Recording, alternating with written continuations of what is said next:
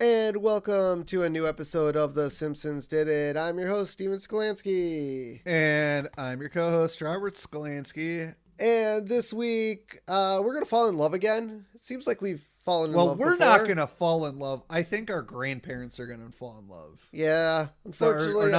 Our non-existing grandparents. Yeah, they're not. None of our grandparents are alive anymore. It's kind of sad. No. But 10 years. Almost 10 years. Yeah, but I don't think if my grandma was alive, or grandpa, so in my case it'd be if my grandpa was alive, Yes. and my wife's grandma was alive, Yes. I don't know if those two would fall in love. I mean, Well, maybe our grandpa was pretty suave. Yeah. I'd hand it to him. I was going to say, from a few of the stories I heard, he was a ladies' man in his younger days. He was. So he might have picked up my my wife's grandma, and then me and my wife would have been, brother and sister, and that would have been gross. First of all, they'd be stepbrother and stepsister, so no. It'll still be Second gross. of all, that's not how that... What? You're not blood? Who cares? The law says you are. What, related by blood? No. No? Is that how that works? No. Okay. Well, anyway, we're going to talk about grandparents falling in love. It's super steamy and hot, so... Yeah, let's not use those words when talking about grandparents falling in love. Let's not use those words. Okay, all right. So this week, we're going to be talking Season 5, Episode 21, Lady Bouvier's Lover. And that is a reference to Lady Chatterley's Lover, which I'm guessing is a novel. That's what I was going to say, book. It's a novel. Novel. It's very novel. But never read it. No, I don't even think I've ever heard of it. I don't think I'd care to read it. No. If this episode has anything to do with how that book played out, I don't want to read it. Nope. But we are just one episode shy of finishing Season 5. So yep, this is the penultimate episode of Season 5. So after that episode, we will be almost 1/6 of the way through the Simpsons episodes. Yeah, I guess so. I would say closer to 1/5, just because, well, 1/5 would be 25. Oh, 5 seasons. Yeah, math is hard. It is. Me fail math. Wait. All right. So this air date is May 12th, 1994. And a recap for you. Marge's mother is wooed by both Homer's father and Homer's boss. Woo. Yeah. Man. Homer has some people in his life that want to get with Marge's mom. I mean, old people do get it on, and okay. Yep. So Bart did something very bad this week, and I feel like he would be more in trouble than just writing on the chalkboard. Correct. So this week he wrote on the chalkboard, "I will not retransmit without the express written permission of Major League Baseball." Why? Okay, I get this is May, so that's probably why they chose Major League Baseball. But every single sport has that copyright, I guess. maybe the Simpsons had it out for baseball. I don't know. There are a few episodes where they make fun of baseball, so I feel like this is like a federal offense, right?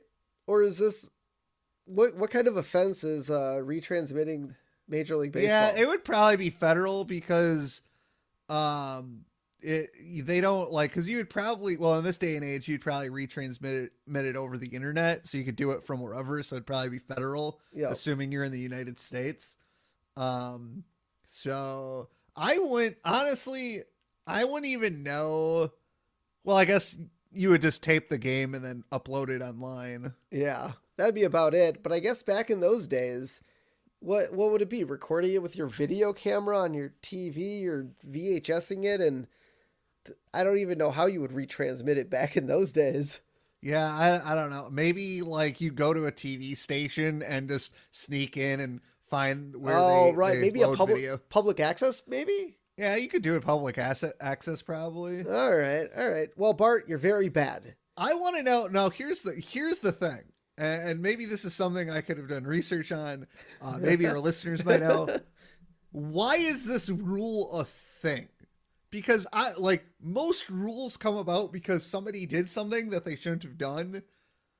I mean, and so I back in this day, how would you retransmit Major League Baseball unless my only thought is one TV station had it, and then let's say Fox, and then ABC got their hands on it and they retransmitted it as a rerun. Yeah, but I mean, like Bally Sports, let's say Bally Sports has the Brewers on, and then the very next day, the Major League Baseball station retransmits it.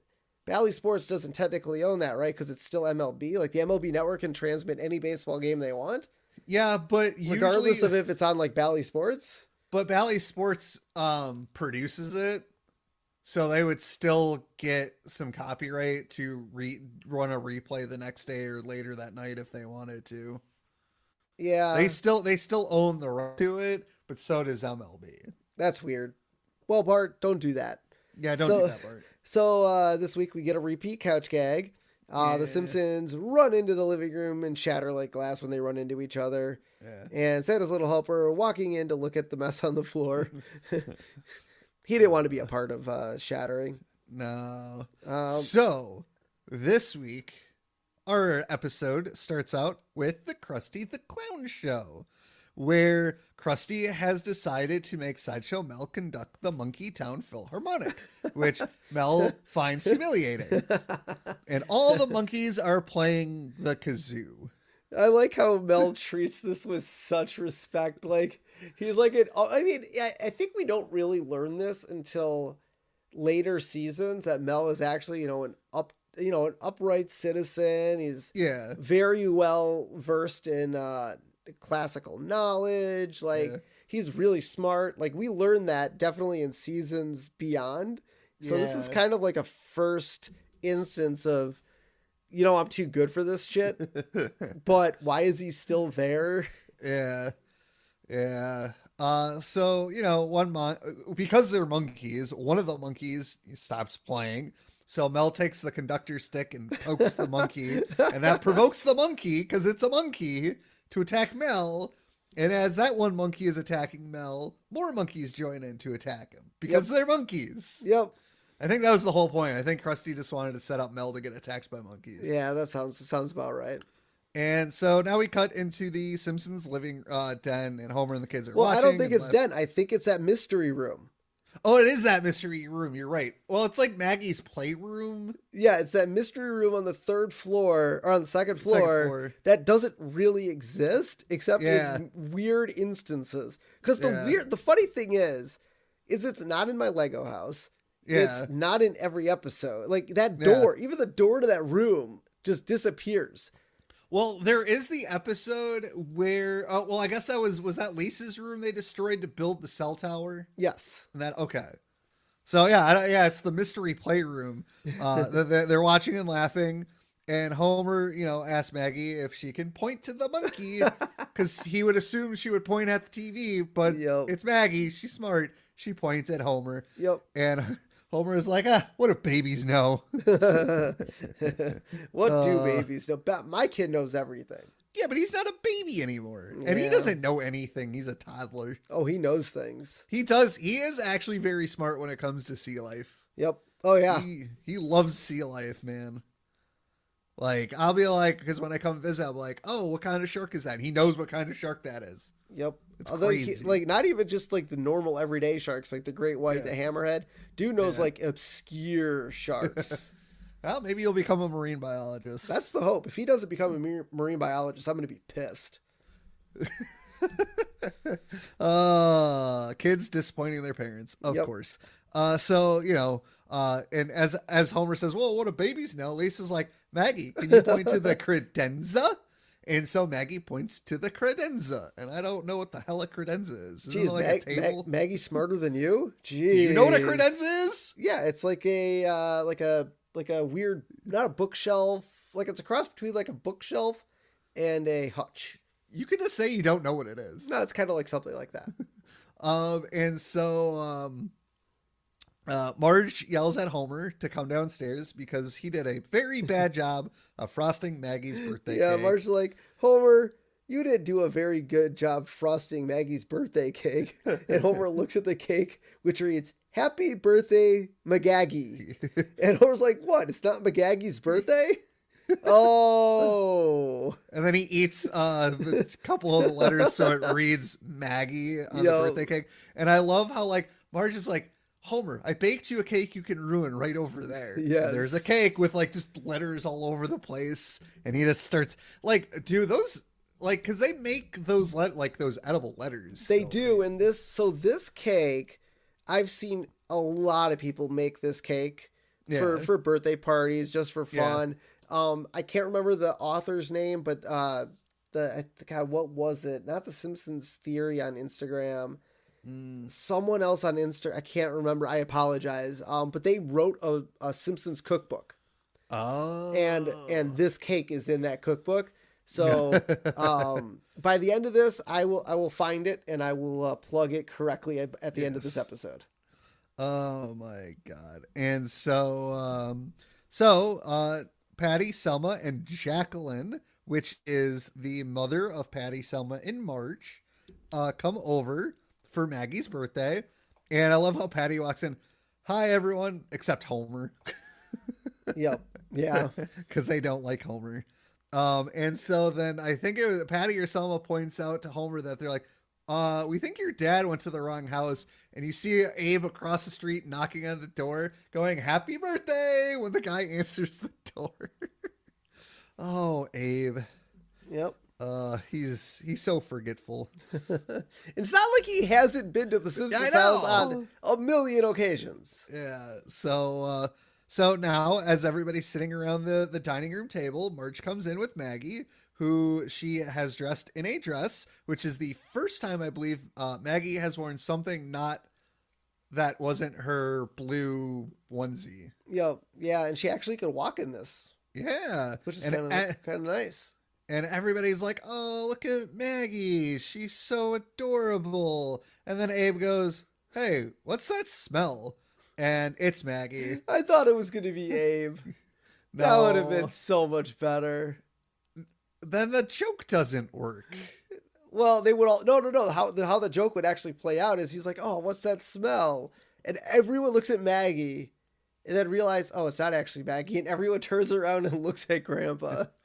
I like it the way it is. And so now they're in the living room and Bart's like, should we wait for the other babies before Maggie opens her gifts? And Lisa points out that Maggie doesn't get along with other babies, as we've seen.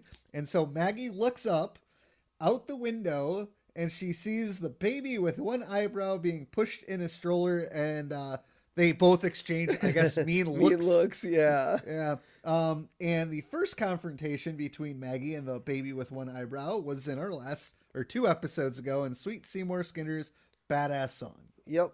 Yeah. So, see? Yeah, the one-eyed baby makes its return. No, the one eyebrow baby. Baby. The one-eyed baby. I guess I'm thinking I got Futurama in the brain. I don't know.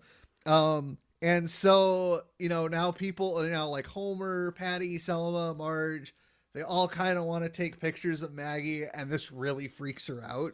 Yeah, I don't think my kid was ever afraid of well, then again, we didn't have cameras with flashes on it. Yeah. We had cell phones. Yeah. And we barely used flashes, so... I don't think when we were kids, we really cared whether or not if our pictures were taken. No, I mean, I get how it could look scary, flashes going off multiple times. But, yeah, I feel like kids today are a little bit more desensitized because of technology and whatnot. Yeah. So, yeah. And so Jacqueline and Abe are arguing over what to give Maggie at the table because, Maggie has, like, gas or... something crazy. Well, she's like shaking. Oh yeah, that's right. Maggie shakes. And Grandpa's like, oh, put some Lister's carbolic, what is it, Orgrand on a wet cotton, on a wad of cotton. Put the cotton in her ear. That'll stop them shakes. And then Mrs. Bouvier is like, no. What she needs is balsam specific. Like, Grandpa, balsam specific? Ooh. While we're burning money, why don't you give her a curate of galvanic what is it? Galvanic belt too. And then Bart speaking in a shaky old person voice. Why don't you forget to give her Smeckler's powder? And then both Grandpa and Mrs. Bouvier. Don't make fun.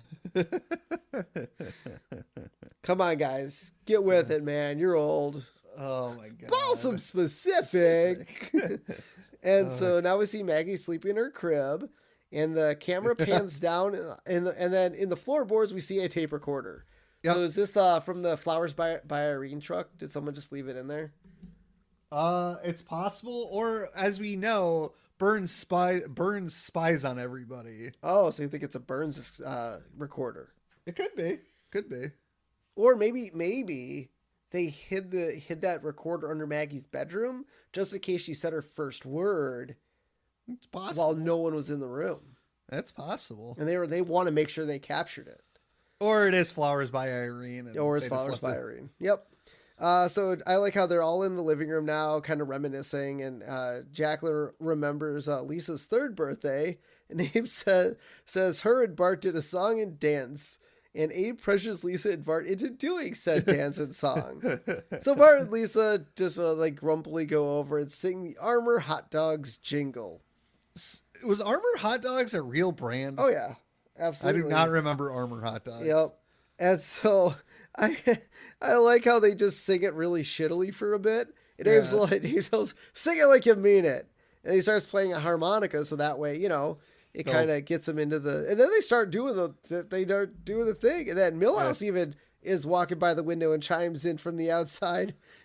Even kids with chicken pox. And he's got chicken pox. Yep. Armour Hot Dogs. Yes. And so the rest of the family starts singing along. And Homer walks in with a sign that tells people to please buy Armour Hot Dogs. It's got the TM next to the Armour Hot Dogs. Does Armour Hot Dogs still exist? I don't know. I haven't seen that brand on shelves at all.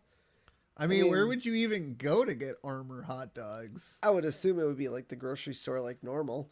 Must have been a 90s hot dog early on. Try 1974. Okay, 1974. And then they were probably discontinued. Unless they're still around, I'd say they've definitely been discontinued. Yeah, I highly doubt they're still around, man. Yep. And so Lisa asked the family if they know any songs that aren't commercials. And the family starts singing, Chicken Tonight, Chicken Tonight. And then they're doing the chicken dance thing around the table, too. Now, the Chicken Tonight thing was a 90s one. Because I remember that. Was that KFC or what was that? The Chicken Tonight song, I believe it was just for chicken. Oh, really? 1992. Okay. I feel like Chicken Tonight. It was for I think it was just for chicken. Oh. So random chicken song. And there was one in, it was for Ragu? What? Yeah. Oh, it was the Chicken Tonight brand. And Unilever sold the Ragu business and the Chicken Tonight brand to United Kingdom's Symington's brand. So Chicken Tonight used to be a brand. Wow. Okay, learn something new every day, man. All right. Yes. All right, so Jacqueline now is sad that, she has to leave. It says they probably won't see him again until Thanksgiving. So when it's Maggie's birthday, did we ever learn... like the date? It's May 12th, 1994. Oh, okay. Okay, fair enough. It's the day of the episode. I don't know. That's what I'm going off of. It's the day of the episode. That's her birthday. All right. So I guess it's going to be a few months before they get together again. They don't get together for Labor Day or 4th of July. Who gets together for Labor Day? Halloween? No? Okay. Did we ever go to our grandmother's house for Halloween? I don't think. Maybe. I don't know. No. Did we ever? I don't know. No. Just maybe even show her in our costumes? No. And then go back trick-or-treating? I don't know. No. I don't know. But Homer is hoping maybe Christmas. Yeah. He does despise Mrs. Bouvier. Well, is it he despises Mrs. Bouvier or he despises Patty and Selma? All of the above. Fair. Because they all didn't like him. Remember, during the prom episode, none of them liked him. Yeah, it's true. And so it looks like I like how when they go out to the car, it looks like they're driving like an old army Jeep because it's like one of those convertible army Jeeps like you saw in like Indiana Jones. Yeah, something like that. So, and and obviously Springfield is a winter state. So, Springfield is a city. Well, Springfield's in a winter state. Yeah. Because they get snow. That's not a good car to have. You can still drive a convertible in winter. It's got a roof. Does it? I didn't see any foldable. It did seem like that thing had a roof. Or maybe they have two cars, one for the winter and one for the summer. You don't know. They live in a really small apartment. I don't know if they have maybe money. they save enough money to have two cars. Oh, maybe. I don't know. So, well, they work at the same place. They don't need two cars. Maybe what if one of them takes a vacation? They take together. Exactly. All right, so Abe says he must leave too, because obviously there's still Matlock and it's on in 5 minutes, and apparently there's also a Seniorville trolley that just roams the town for the senior citizens, and it's driven by Otto. It is, so that's pretty cool. Yeah. I don't know if Otto really likes driving old people around. I mean, he has to drive kids around. Kids and old people, man. That has to be like the worst combo ever. Yeah. And so Marge tells Homer that her mom and his dad seem lonely together. Yeah. Oh, my God. Because they're in bed, and Marge's like, homie, it's funny. Both my mother and your father seem pretty lonely. It's like, hey, that is funny. Yeah, anyway, maybe they could go to a matinee together, or shopping, or to that room in the library that's always full of old people. Periodicals, that's it. God, I always hated going to the library and just seeing old people in there reading. Like those, remember those newspapers on big giant sticks? Yeah, they still have those. Really? Jeez. Oh, yeah, I'm sure they do. I bet they still have microfiche too. Maybe. So Homer's like, Marge, please, old people don't need companionship. They need to be isolated and studied, so it can be determined what nutrients they have that might be extracted for our personal use. And Marge's like, Homer, would you please stop reading that Ross Perot pamphlet? So 94. That was way after Perot, I believe, ran in 88. Did he run against Clinton in 92? Like, I know I think Ross Perot ran against Clinton in 92. Well, no, Bush, I believe, also ran. Or was it 96? No, it wouldn't have been 96. Well, no, I mean, if you... Ross Perot campaign in 1992. Okay. So why would Homer even be still reading about this guy? I don't know. He doesn't even care no more. But yeah, I think that's hilarious. That's just great. Yeah. And so we find out that Jacqueline Bouvier lives at Hal Roach Apartments. Yep. Retirement living in the heart of the cemetery district. Because, they're right there right next to the cemetery when they die. Yeah. Makes it good. I didn't know there was a cemetery district, though. I mean, there's a cemetery in Springfield. Is it just one? I mean, I think there's only one cemetery in Springfield. I'd like to see in future episodes if we ever see like a Jewish cemetery versus a non-Jewish cemetery. I don't know. I know there's a pet cemetery. That's a whole different universe.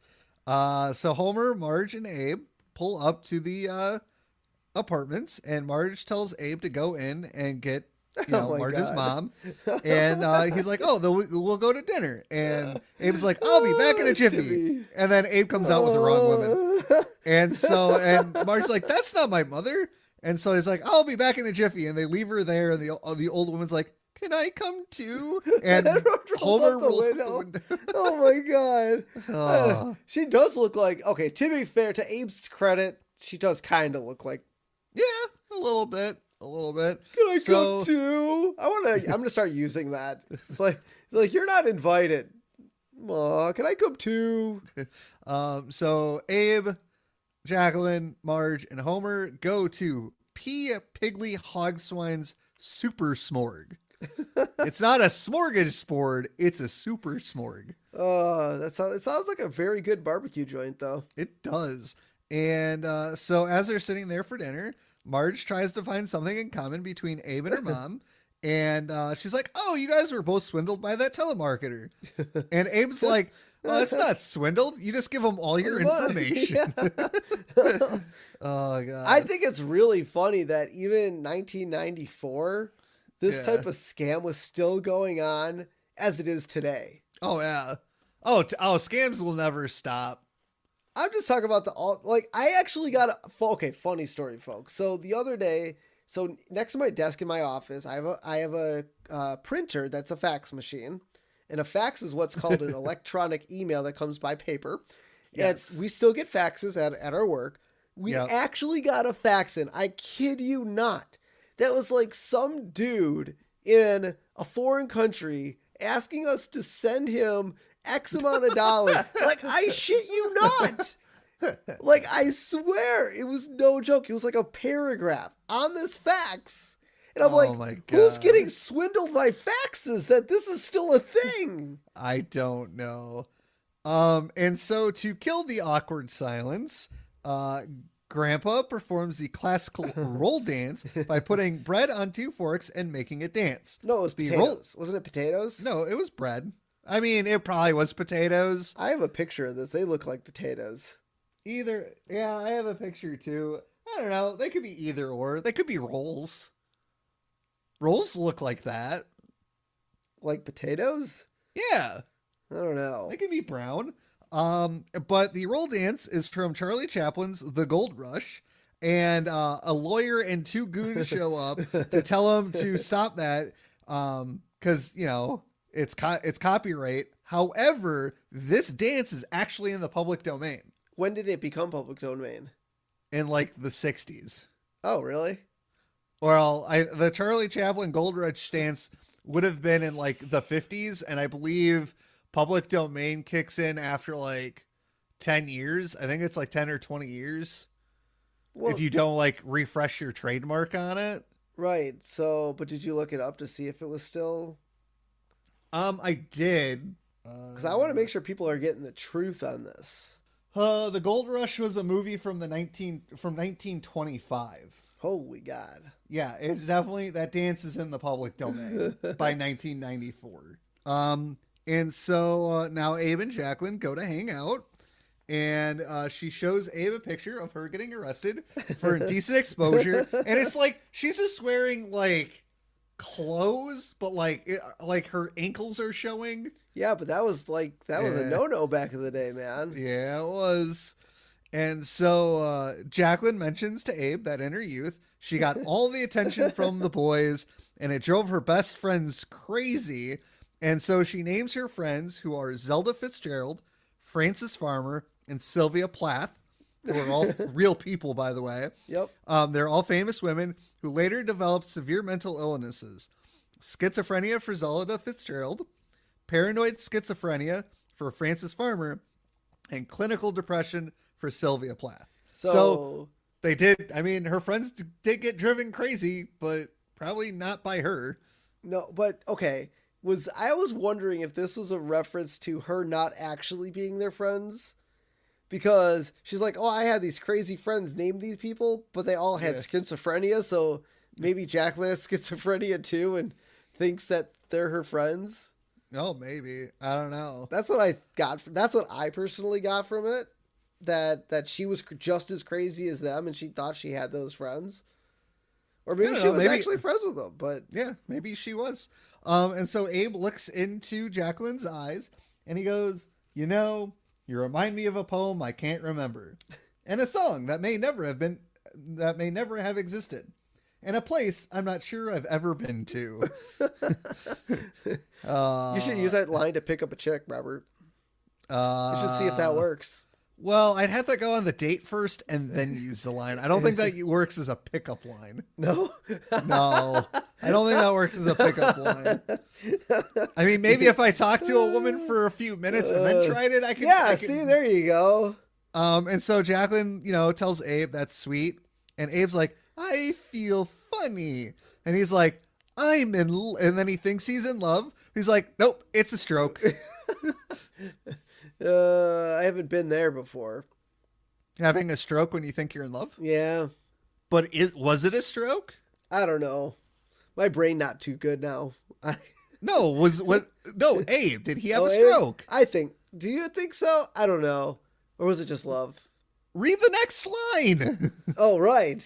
Oh, I thought you were asking me if it was actually a stroke.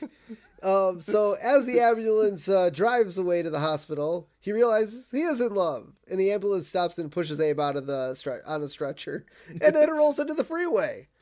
Come on, man, ambulance, you got to get smarter, man. Yeah. And so we see Bart is watching the IBN, the Impulse Buying Network. So, what would you call it? QVC? Yeah, QVC. Yeah. There are so many things on that channel where I'm like, well, okay, not the jewelry time of day. The jewelry time of day I kind of hate, but the knives or like the infomercial type stuff, some of that stuff's pretty good. My mother-in-law likes staying up till 2 a.m. watching QVC and buying shit. So been there. But we see Bart is actually watching on the tiny TV, which is my assumption from the cat burglar episode, right? Oh yeah, probably. Yeah, because they obviously got it back. The cat burglar gave all their belongings back. Yeah. So Bart got his mini TV back.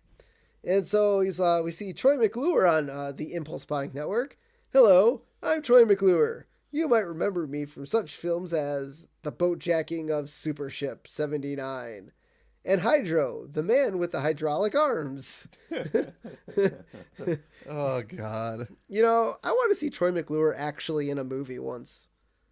Well, not just in that's not going to happen.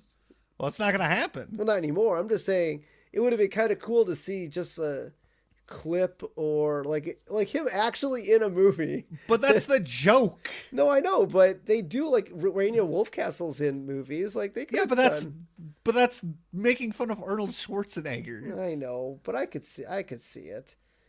And so we get Troy coming up this hour on the Impulse Buying Network.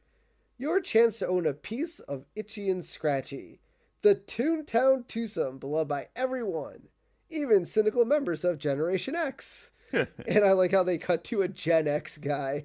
Yeah. And then using this air to make air quotes, groovy. And then Roger Myers is there with him. And Troy, I'm proud to offer your viewers these hand-drawn Itchy and Scratchy animation cells. Each one is absolutely, positively, 100% guaranteed to increase in value. Then the voiceover announcer, not a guarantee. So one, I'm guessing you've never bought anything off of QVC. No. Have you ever bought something very limited edition like this? Like a cell or a drawing or artwork or I mean, I did. Now granted, I think Phil Ortiz had probably sold a ton of these, but when the Comic-Con convention in 2015 in Madison, I did buy a picture that Phil Ortiz drew of the Simpsons. Okay. So I mean, there's that. Yeah. So the cells are limited edition of 800,000. That is that's not limited edition. No, it is not. Now, I've seen interviews by Nancy Cartwright and a few other Simpsons actors and artists and everything, and they get to keep their cells. I think it's Bill Oakley has an entire like closet of cells. Oh, jeez. Just because they give them to him, he takes them after an episode airs. I mean, they're really not meant for much. I mean, they literally just basically sit in a book. All these hand-drawn episodes, mind you, unlike these computer animated ones now, all these original Simpson episodes are all hand-drawn, so they have all these cells lying around. And I mean, they pass them out to everyone at the Simpsons, which is really cool, and I'm sure they've sold a few here and there. But I like how Bart's like, okay, I gotta have one. Yes, he's gotta have one. Who wouldn't want to have one? Yeah. And so he runs up the stairs and bumps into Homer at the top of the stairs and pickpockets Homer. Like, oh, excuse me.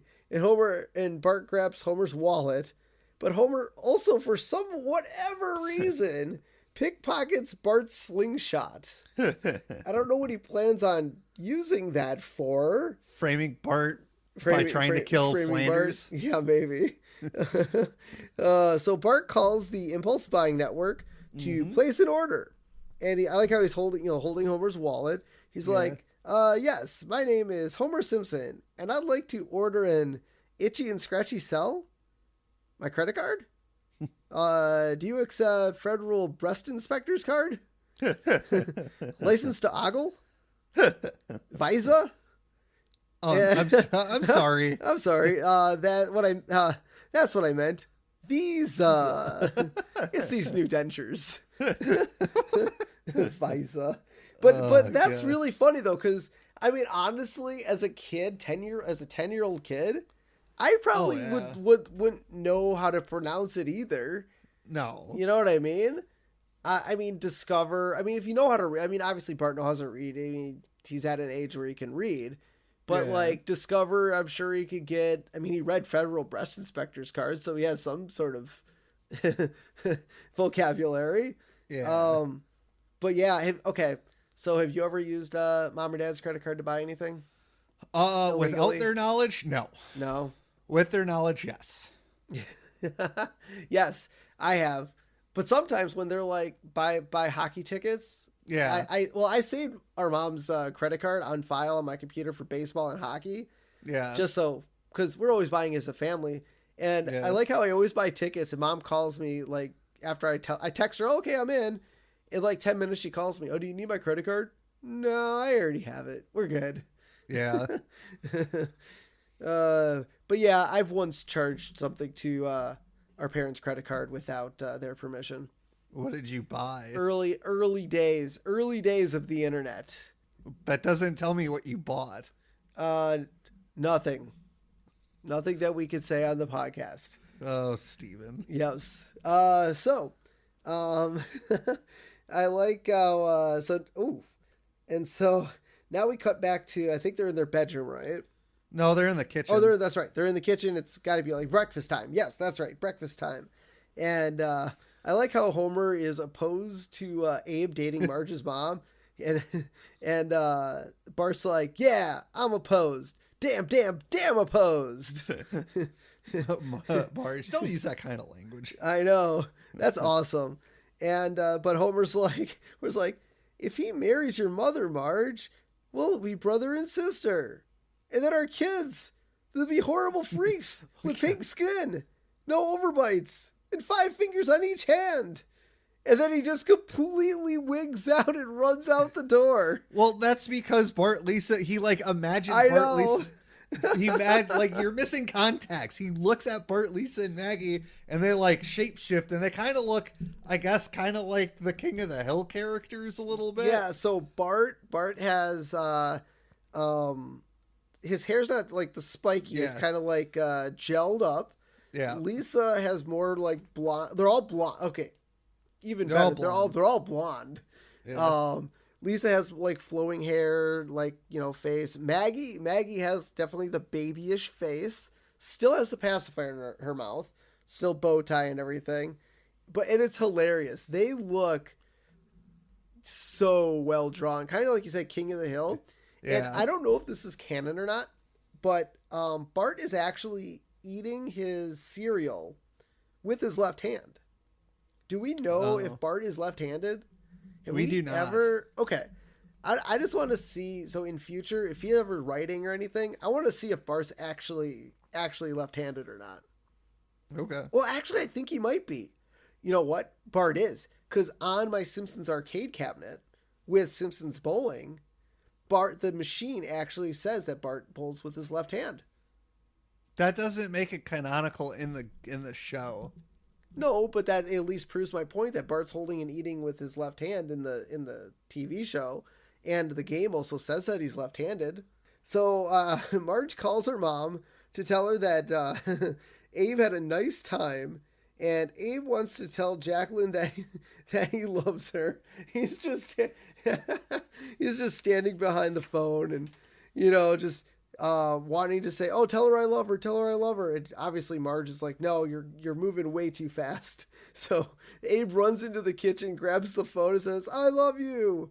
And Marge is like, "I love you, I love you, I love you, I love you, I love you." Click. Oh, that's so good. Yeah. That's just Abe moving too fast. Don't ever tell anyone that you love them way too early. They'll definitely scare him he's away. old. Yeah, are you saying he doesn't know how much longer he has left to live? Exactly. Like when they were hanging out, he thought he was having a stroke. Yeah, I guess so. But Marge obviously knows her mom. Marge knows her mom very well, or at least we think he does.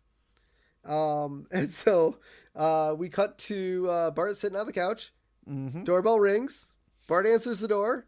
He's like, "Hi, yeah, hi. I got a special delivery for Homer Simpson." "That's me."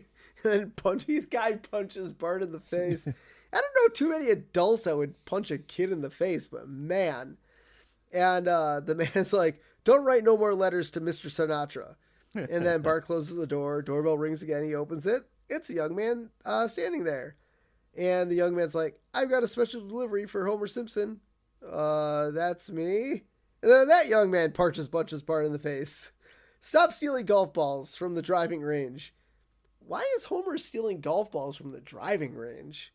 Because it's Homer. Does he golf? Homer? Well, in a future episode, Homer golfs. But not as we know right now. Homer does not golf. So Bart closes the door again, rubs his nose. Doorbell rings again.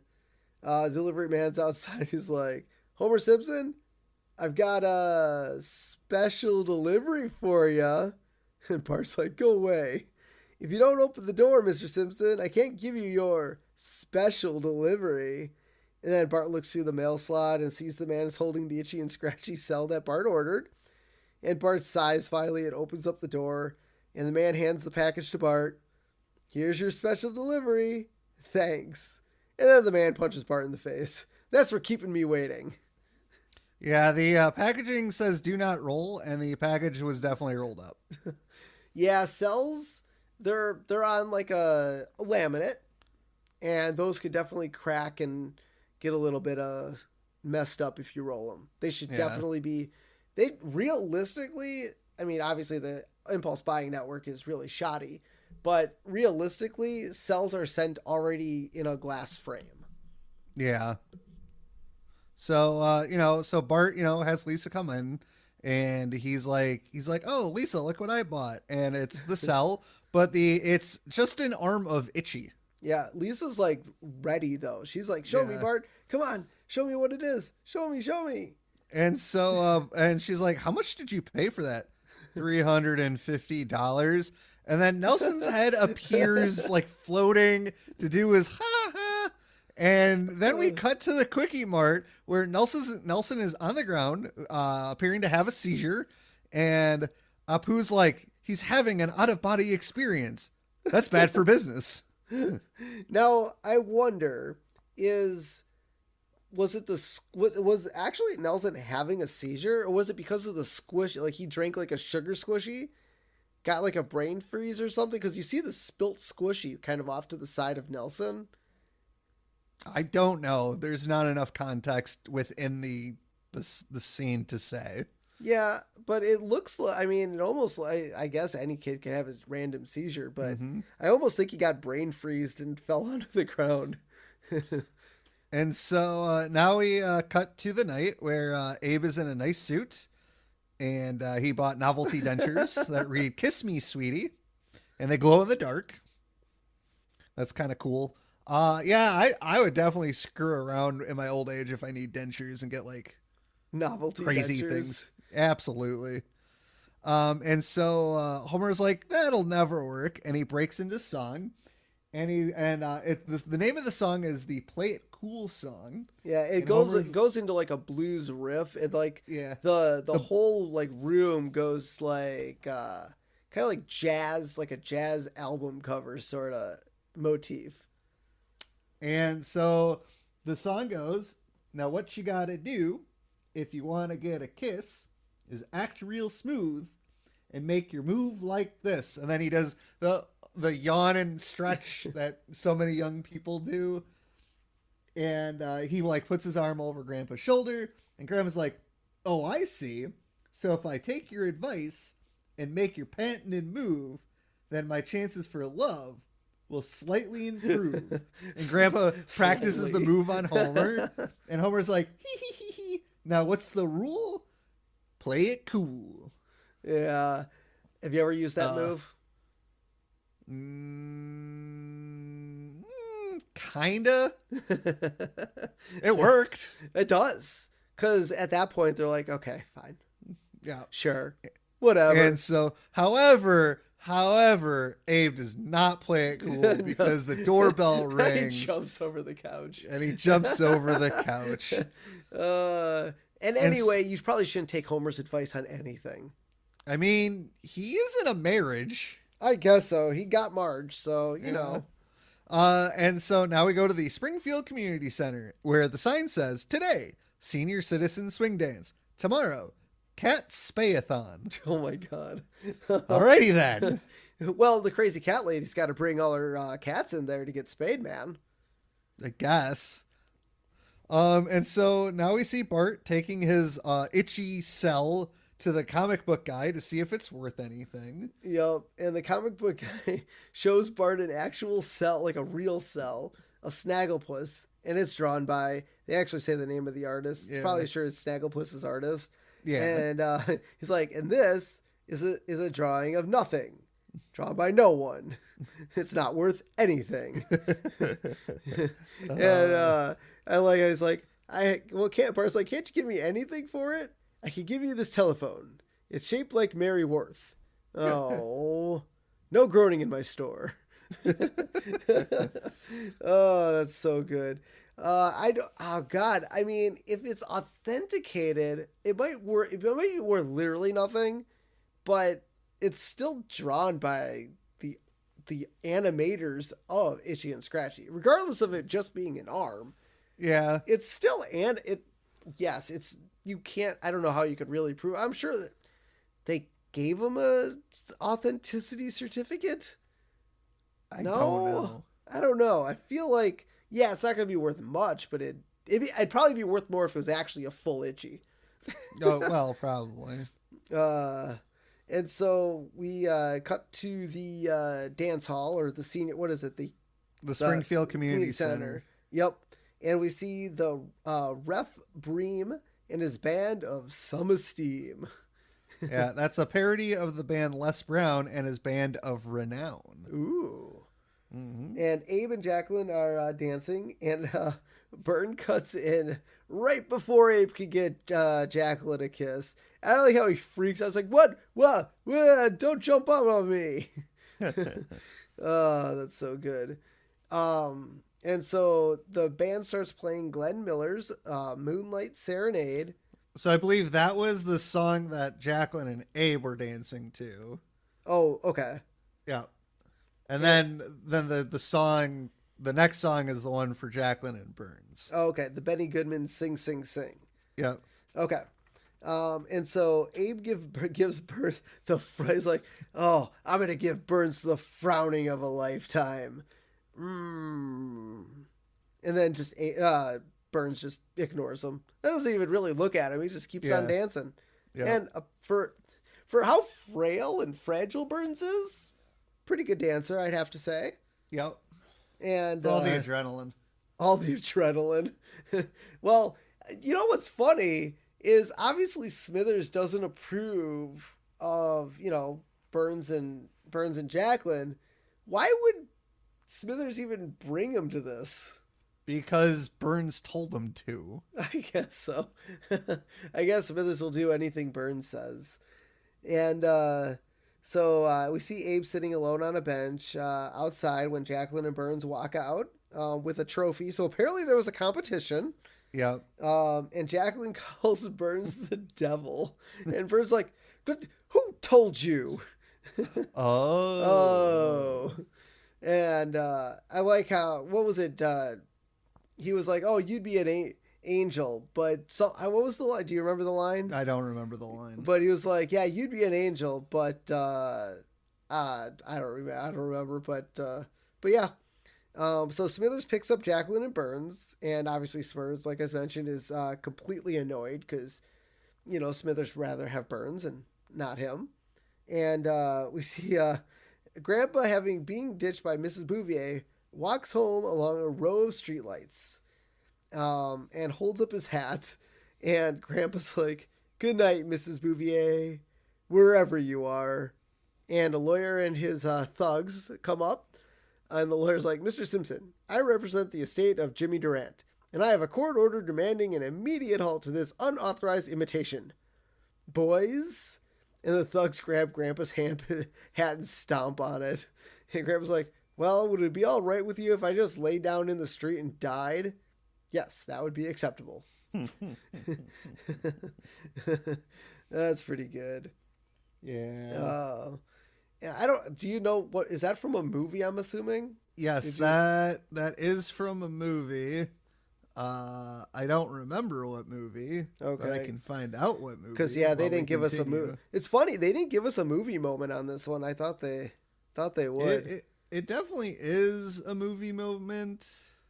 But yeah, so Mr. Burns and Smithers are back at their office, and Burns is like, "Smithers, guess what happened to me last night?" And Smithers all depressed. "I don't know, sir. You had sex with that old woman. She said no to me. Do you know how many women have said no to me? 130. But only once since I've become a billionaire." So he stopped courting women after he became a billionaire? I feel like it would almost be reversed. Like women would just throw themselves at him. Yeah. Apparently this is just so that prior scene is just based off of a line that Jimmy Durant used to say. Oh, really? Yeah, the actual guy. Oh, interesting. Okay. And he was an American actor, comedian, singer, vaudevillian, and pianist. That's and I great. said pianist with a T. So he used to say goodnight to whoever lady he was with. I guess. Yeah, you can't copyright your own sayings. Or maybe you can. I'm not sure. You can, but it's really hard to. Yep. But I like how he's telling everyone in his office that he's in love. And apparently Bill Clinton is in Burns' office. Just completely randomly. And I like how Burns gets on the horn and lets every employee go home early if they found true love. So everyone cheers and leaves, except for one lonely guy. Yeah. Poor guy. That would be you. Me. Yeah. Thanks, asshole. Is everyone else in your TV station married? No. Okay, well, see, you would be the only one then. Yeah.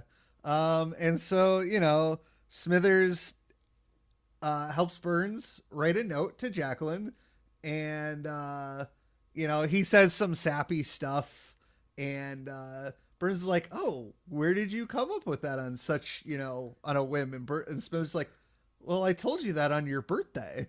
Yeah. God. Burns was obviously not paying attention. Correct.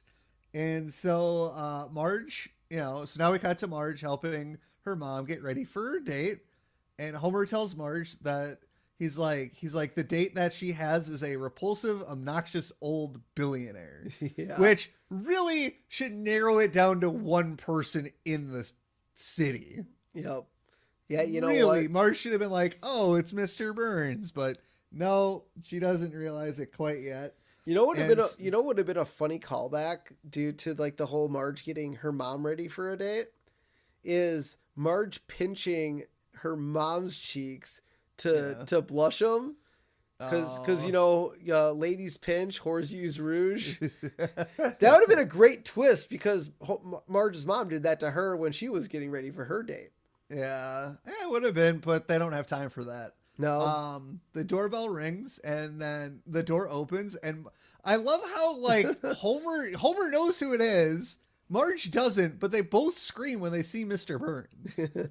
Like, Yeah. Homer knows it's Mr. Burns. Well, that's why he screamed, because it was Mr. Burns. And so Burns can't remember their names, so he goes back to ask Smithers.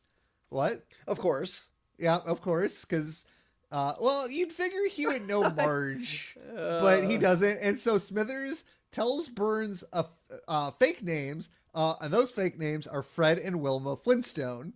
And so he goes up, oh, Fred Flintstone, and you're Wilma. Oh, and this must be Little Pebbles, looking at Maggie. He's like, I brought chocolates, which Homer responds by saying, yabba dabba doo. Now, was that had to have been Smithers just fucking with him, right? Well, yes. Okay. Obviously. And so, Hey, you don't know? Smithers could have forgotten who they were. Smithers remembers everybody. Oh, okay. And so Marge, does not like Mr. Burns. Yeah, she's like, he's an awful, awful, awful man. But I guess if he makes Mom happy, that's all that matters. That's all that really matters. And Homer's like consoling Marge. That's right, money. Your money's happiness is all that money's.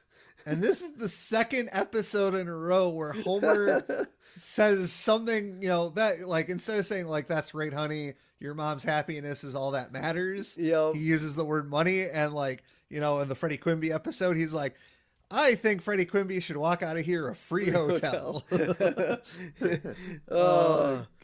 Homer's good at that.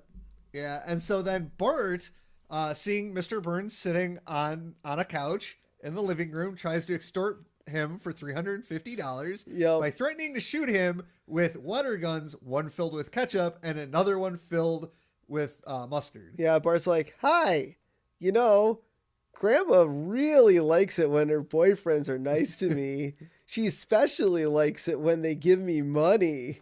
And Bart's like, run along, Pee-wee. Baby gets nothing. Very well. You leave me with no choice. This gun is filled with ketchup. Then he pulls out another one. This one with mustard. Now give me $300 or you're going to be a mess for your date. He's like, you wouldn't do that. And, Bart, squirts Burns with, mustard. Yep. And Burns gives him the money. So, Bart wins in the end. But I like how they fight. And Bart drops one of the water guns. And so they go into a standoff. Yep. Yeah, I was getting there. And then Jacqueline arrives, and so Burns has to back off. And so Abe is at the retirement home, and he's sad. So Jasper and some of the old guys come in. And they're like, oh, we brought you a cake. But it's one of those cakes where a stripper is supposed to pop out. But apparently they got an old woman to do it. And so she's dying in the cake. Yes. So most of those cakes, from what I've heard, I've never been a part of one. It's actually it's a cake built around like a cardboard tube or whatever. And obviously when you put the top on it, it decreases the amount of air in said box. So I'm assuming an old person probably should have had an oxygen tank in there. Probably. To help them breathe.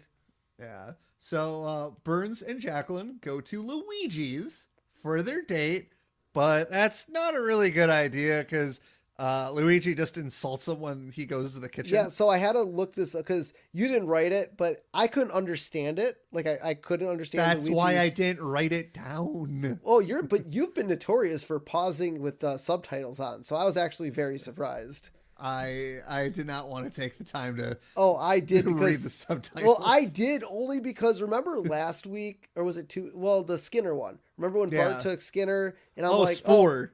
What's the that? Spore one? Yeah. When he said Spore? Was it that one? Because that's the one I stopped to read the subtitles. Well, it was one where they went, Bart and Skinner went to Luigi.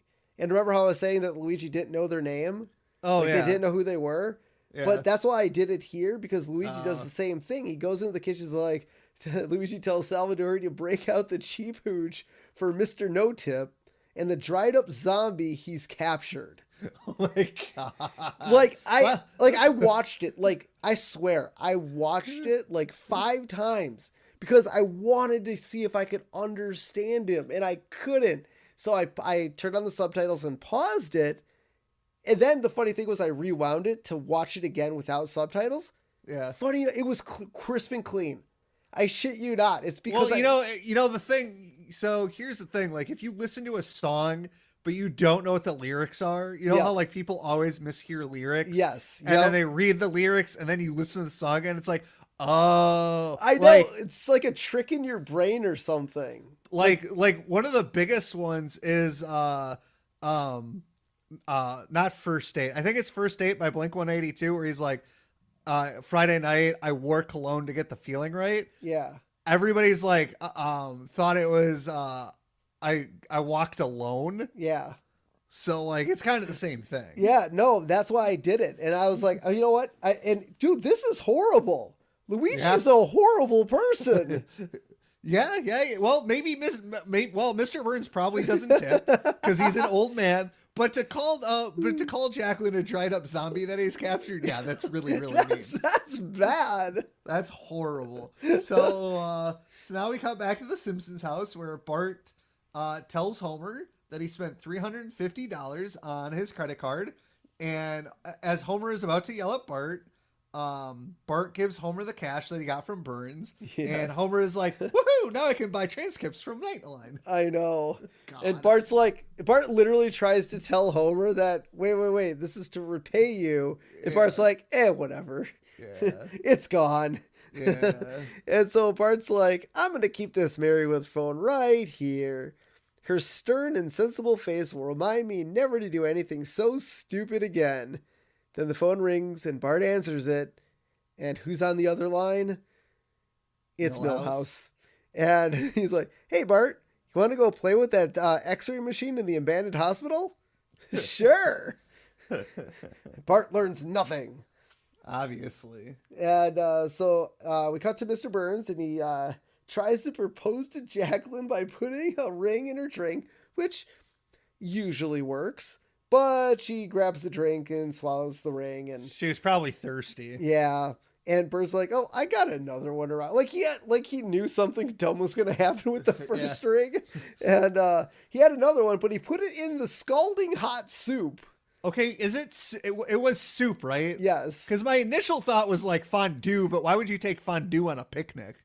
Although why would you take hot soup on a picnic either? Well, maybe it's a chilly night. You want some soup? Yeah. The only reason I think you were right on the soup part is because fondue pots, to keep the chocolate or cheese or whatever hot, it would have to be plugged in. Oh, that's true. And they were in a park. Yeah. So I feel like soup was a good. Yeah, it was probably guess. soup. Yeah. And Burns is like, my darling, since my kneecaps are filling with fluid as we speak, I'll be brief. Will you marry me? And Jacqueline says yes. Now, do you think Jacqueline was just being a gold digger, or do you think she actually had pretty good feelings for Mr. Burns? I bet you she had feelings for Mr. Burns. Okay. All right. Yeah. I'll go with that. So Jacqueline says Mr. Burns is a great kisser to Marge. And it was like, oh, yuck. Yeah, you don't want to hear that about your old folks. Yep. And Marge says that they're all aware of Abe's problems, but compared to Mr. Burns, Abe's is Judge Reinhold. But Jacqueline doesn't know who that is. He was in Beverly Hills Cops. Yep. Gremlins. Yep. Those were the two big ones I figured everybody would know. Yeah. No, that's a good guess. Yeah. Or not guess. That was good pointing. Yes. And so Grandpa, wanders down the street. He's like, who needs her? Now I have more time to read things I find on the ground. And he picks up a small open wrapper and slowly reads it. Latex condom. Boy, I'd like to live in one of those. God damn it. Oh my God. That was so great. Oh my God. Oh, that was awesome.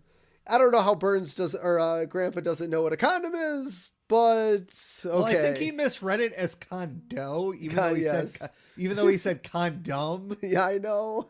Oh my God. Oh, that was great. God damn it, Barb. And so across from where Burns misread a rapper on the ground. You mean Abe? Or Abe. He sees the Venus Bridal Salon, not affiliated with Planet Venus. I would hope so. I don't know. I thought it was the whole men are for Mars, women are for Venus joke. Maybe. I don't know. But it's not affiliated with the planet Venus, so it's not that joke. Yeah, right. But see, that's why it led me to believe that was that joke. Oh, maybe. Because it's a bridal shot. I don't know. Yeah. That's kind of where my mind went. We see Jacqueline trying on wedding dresses. Yep. And then we cut to the First Church of Springfield, where the sign in the front reads, "Private wedding. Please worship elsewhere." Well, they're having a wedding. You can't worship there. Exactly. But where else is there to worship in Springfield? Nothing right now that we know of. Moe's? Go to Moe's. Or the synagogue. Go to the synagogue. Oh, there is a synagogue in Springfield. Exactly. Yeah, what if you're not Jewish, though? Go be Jewish for a week. And so we see everyone arriving to the wedding, and Barney is asked to fill out the groom's side. And we see an old German guy, which I'm guessing Burns met during the war. Probably. And I like how Barney's like down in front, and the guy turns around 9. That was good. And Lisa asked Bart where Abe is while they're being like flower boy and ring bearer, right? Yeah, flower girl and ring bearer. Yeah. And Abe is sent. Well, Bart tells Lisa that Abe sent his RSVP. Sent in his RSVP, but instead of the RSVP, he sent in a check for the gas company in the envelope. And so as both Smithers and Marge are walking down the aisle, they both kind of have, a similar hatred in their face, because Marge doesn't want her mom marrying Burns, and Smithers doesn't want Burns marrying Marge's mom. And so now we get kind of an animation error here. Yes. So we're behind Reverend Lovejoy, and his arms are out like they would be on the podium that he would have up on the stage. But the podium's not there because you can see the front row. His fingers were even bent. Like his fingers were even bent, like he was grasping at it.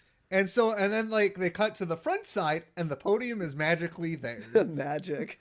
It's magic. And so, Lovejoy is like doing his sermon, and then Burns yells at him for taking too long. Yeah, he's like, we've heard enough of this blizz blaz and him ham already. Get to the bloody point. Yeah. And so Bart accidentally drops the ring, and Burns like grabs Bart, and he's like, "You haven't seen my temper flare yet." And so Marge points it out to Jacqueline, and she's like, "I know," but she doesn't seem to care because maybe she secretly hates Bart. Yeah. And so they do the whole, Burns, he asks Burns if he wants to be her husband, and he says, yeah, or, no, I'm sorry, it was the other way around. He asks Jacqueline if she did, and yes, and Burns like, she does, and he like tries to squeeze the ring on, but it's too tight over her glove. Oh, yeah. Well, maybe you should be putting it on over a glove. No, probably not. But then as Lovejoy asks Jacqueline if she wants to marry Burns, music starts to play, and we get a movie moment here. Yep. Mr. Burns and Mrs. Bouvier, who are getting married at the First Church of Springfield. We see Grandpa in the glassed-in organist booth screaming at them, and Grandpa and Mrs. Bouvier, so he like falls out, like he like smashes through the glass.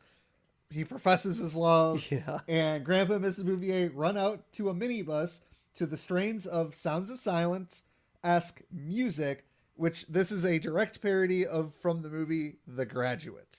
I've never seen that. I've heard good things. Yeah, I'm surprised you've never seen it. I've never seen it, but I mean that's a little bit before I would probably watch movies. Yeah, well, this isn't the first one either. Like, what was it? It was the Bergstrom episode. Oh yeah, that there was another Graduate reference. So, I mean, the Simpsons writers like the movie.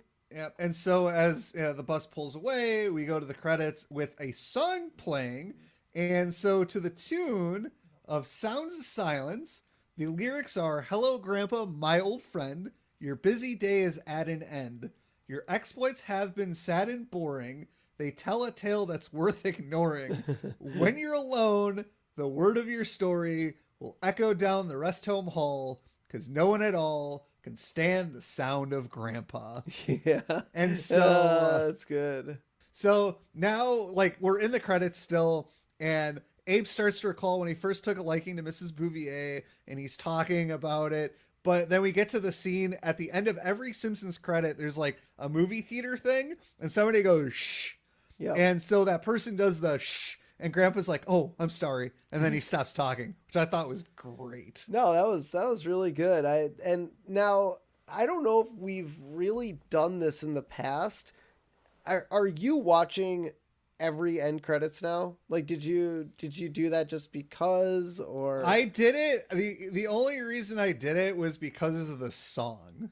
Because it was entering the credits, so you decided to finish the credits. Yeah. Now, I know in the past, and this might be the dawn of it. This might be really the dawn of it. But the shush guy actually shushes a lot of things at the end of the credits. Okay. Well, you're going to have to point them out when we get there. Yeah, so we're actually going to have to watch, unfortunately, we're going to have to watch another 30 seconds of Simpson episode. So what was the first movie or television show to do like a mid-credit scene? Because this kind of feels mid-credit scene-y. Well, funny enough, was it? No, we didn't talk about this. This was actually me and my coworker Mike. We were talking about mid-credit scenes. He doesn't like them. He thinks they're dumb. And I was actually talking to him about the first movie I remember that has an end credit scene, and that would be Ferris Bueller's Day Off. That is true. That's have one. That's the first movie I remember that has an end credit scene. And but he was like, yeah, but that doesn't really count because Marvel really made him popular. Like, we wouldn't have... He is true. He is right. Yeah, I mean, he's like, we wouldn't have mid-credit and end-credit scenes if it wasn't for Marvel. I'm like, but Ferris Bueller had it. Yeah, it wasn't necessarily popular, but they had... Well, then again, look in the 90s. Austin Powers. They always had mid-credit scenes. Yes. Did James Bond ever do mid-credit scenes like the old ones? Not that I can recall, no. I don't really ever watch the old ones. But this episode, it's really good. It's pretty funny. Not their greatest outing. No. It's not a 5 for me. It's it jumbles a little bit. It is an A story, B story type of episode. And to be perfectly honest, I think the B story is better than the A story. Just because it's Bart and its antics. Yeah. Like, I think that was a little better. Like, the episode starts off strong with, the Krusty the Clown episode and them getting into all these shenanigans and Maggie's birthday. Then it kind of falls off and you get like this love story and it's cute. It's got some good jokes. It's not a 5. I'll give it a 4. Sprinkles. No. Not a 3. It's not average. No. It's definitely better than average. No. I am not a fan of this episode. No. No. I was entertained. I was entertained. Some parts are entertaining. A smidge of them are. A smidge. I think the thing that made me laugh the most was when Homer thought his kids were going to be real people. I think honestly that's what made me laugh the most on this entire episode. I mean, I didn't hate it. I'm not going to give it a 1 or a 2. I'm not. I did laugh a little bit, mind you. I was debating on giving it a 2, but after our conversation, I was like, you know what? Okay, there were some funny parts. There were. I will give them that. Is it a good cohesive episode? No, I absolutely don't think so. But I'm gonna go 3. We haven't done a 3 in a while. It's still don't have a cow man, right? Yeah, don't have a cow. I'm gonna say don't have a cow man 3. It's just not based on what we've seen so far in season 5, and I'm gonna compare it to all these other season 5 episodes. No, it does not. Maybe I'm just not a fan of old people falling in love. Yeah. I feel like if this episode came, like, So like when it comes to like giving it a 3 for me, it goes like, oh, if it's on, will I watch it? If it's a no, but I kind of like the episode, I'll give it a 3. If this episode came on, I'll watch it. It's got some funny parts. Yeah, meh, yeah. It's like for me, it's like the 3.5. So I'm gonna round up to the 4. Okay. All right, you can have it. I'm going 3. I'm gonna go 3. Don't have a count, man. And 4 plus 3 divided by 2 is 3.5. Perfect. I guess so. All right, so let's close it off with our character profile. We have Mrs. Jacqueline Bouvier. Her identity is the mother of Marge, Patty, and Selma. Her residence, the Hal Roach Apartments, the retirement living in the heart of the cemetery district. She wears dentures and a gray bouffant resembling daughter Marge's blue number. What? I don't know. What the hell is a bouffant? I don't know. And what's the blue number that Marge wears? What the hell is a bouffant? Because she wears a green... Yeah, she wears a green dress. What's a bouffant? A bouffant, as an adjective, is of a person's hair styled so as to puff out in a rounded shape. Yes, she does have a blue font in Marge. Yeah, okay. Yes, it resembles Marge's hairstyle. Okay, apparently Marge really liked her mom's hairstyle and decided to copy it.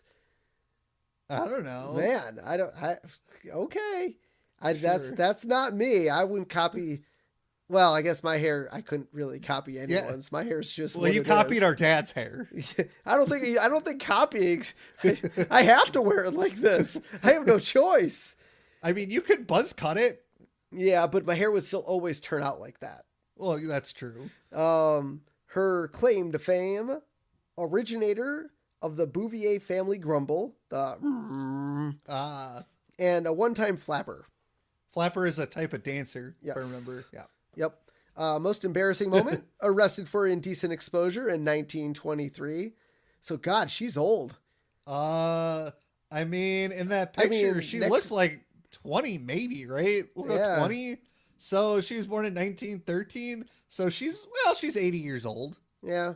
Next year, she'd be 100. No. Yeah. She was. No. I'm sorry. She was born in I'm saying if she was like 20, she would have been born in 1903. 1903. Yeah. Which makes her about 90. So she would be about 120 next year. Yeah. Old Mrs. Marge. She's friends with Zelda Fitzgerald, Frances Farmer, and little Sylvia Plath. Mm-hmm. Her favorite song is Glenn Miller's Moonlight Serenade. And her biggest regret, having Homer as a son-in-law. Well, that can't... See, okay, that's not really her decision, though. Yeah. That's Marge's. So that's a false regret. She could still not like him. Well, that's true, but she can't have a regret over... Because it's Marge's choice. Yeah. Unless she regrets letting Marge choose Homer. Yeah. So let's finish it off with where you can find us.